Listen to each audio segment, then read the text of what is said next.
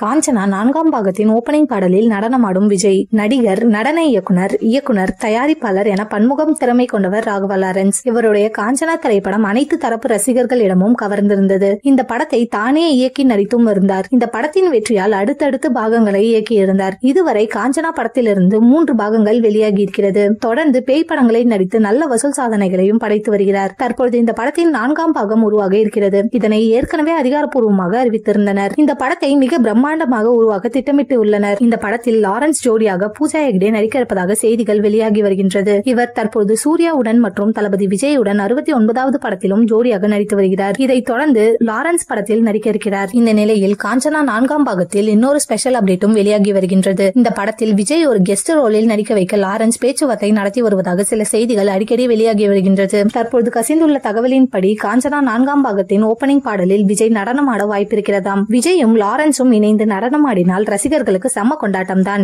இவர்கள் இணைந்து திருமலை படத்தில் ஆடியிருந்தனர். இது போலவே ஏற்கனவே பிரபுதேவா இயக்கத்தின் அடுப்போக்கிரி படத்திலும் பிரபுதேவா மற்றும் விஜய் சேர்ந்து ஆடியிருப்பார்கள். பாலிவுட்டிலும் ஒரு பாடல் காட்சியில் விஜய் நடனமாட இருந்தார். தற்போது காஞ்சனா 4ஆம் பாகத்திலும் ஓபனிங் பாடல் சில காட்சிகள் வந்தால் ரசிகர்களிடம் பெரும் வரவேற்பு பெறும். தியேட்டரையும் இந்த பாடல் அதிர வைக்கும் என்பதில் சந்தேகமில்லை.